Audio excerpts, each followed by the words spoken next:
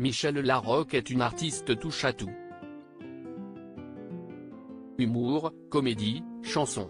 À 62 ans, l'actrice s'est essayée à presque toutes les disciplines. Mais après autant de temps passé entre parenthèses en raison de la Covid-19, le cinéma a primé. Depuis le début de l'année, Michel Larocque est à l'affiche de pas moins de 4 films, dont le dernier en date Joyeuse Retraite 2 sort en salle ce mercredi 20 juillet. Heureuse de ce beau projet et de la carrière de comédienne qu'elle a épousée depuis plusieurs années, Michel Larocque savoure le succès et la réussite en toute modestie, particulièrement après ce qu'elle a traversé. Dans un entretien accordé aux Parisiens, Michel Larocque est revenu sur son enfance et ses origines roumaines par sa maman, Doina Trandabur, danseuse et violoniste.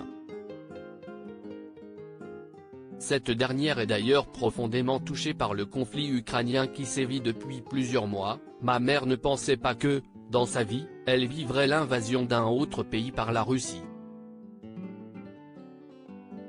Même si la situation est différente, c'est comme un retour en arrière. La guerre réveille des traumatismes. Et en termes de traumatisme, Michel Larocque sait de quoi elle parle.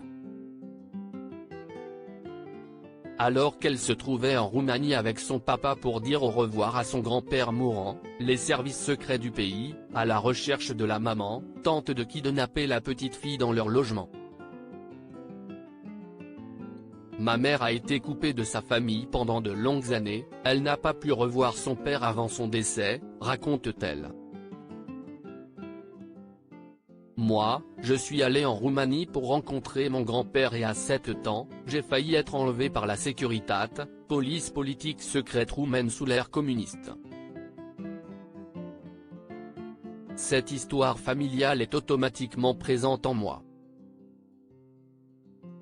Ce triste épisode a particulièrement traumatisé Michel Larocque. Si est-il le pire cauchemar d'un enfant, non? D'avoir quelqu'un qui rentre par la fenêtre en pleine nuit. Et j'ai eu ça. J'ai tout de suite hurlé et du coup il a hésité et il est reparti.